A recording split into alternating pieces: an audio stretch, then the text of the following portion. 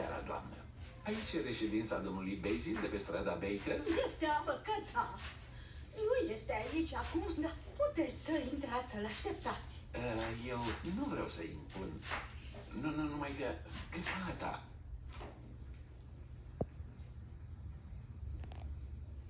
Oh, vai! Micuța de tine! Cred că te-ai udat până la oase. Oh, da, știu exact ce trebuie. Ia să-ți aduc eu o cană cu ceai și niște gustărele cu brânză.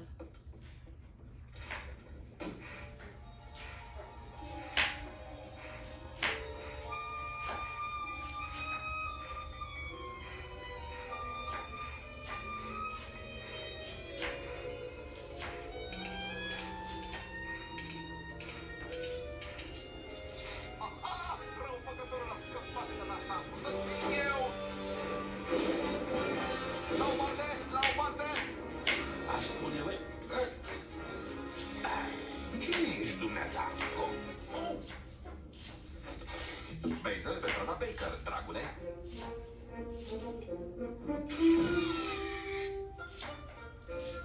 Domnule Basil, am nevoie de ajutor. Toate la timpul lor. Da, dar nu înțelegeți.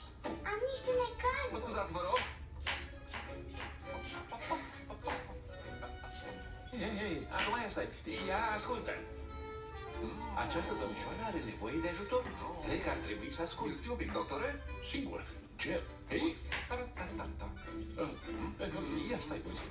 De unde ai dedus tu că eu sunt doctor? Chirurg, mai exact. Tocmai ai întors din serviciul militar din Afganistan. Am dreptate? Hei, da. Major David Chidus. Dar cum e posibil să... Poate e foarte simplu. Ți-ai cusut mâneca prin cusătura Lambert, care, bineînțeles, e folosită doar de chirurgi. Și firul este o formă unică de sutură, ușor de distins prin acuitatea caracteristică, găsit numai în provinciile afgane. De fapt, e elementar, dragul meu, Dawson.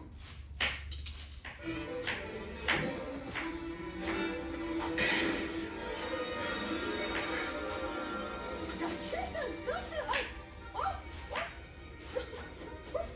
Cărnuțele mele bune! Domnule Basil! De câte ori ți-am Gata, spus gata, nu doamnă mai fac- Jackson. Este în ordine.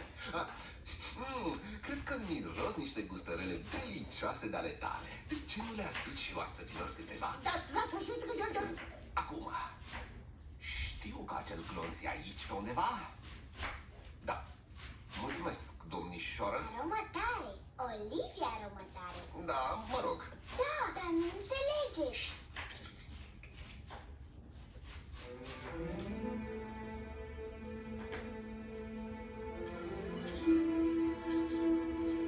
Da. Da. Aiurea! Încă o fundătură. Și l-aveam în mână.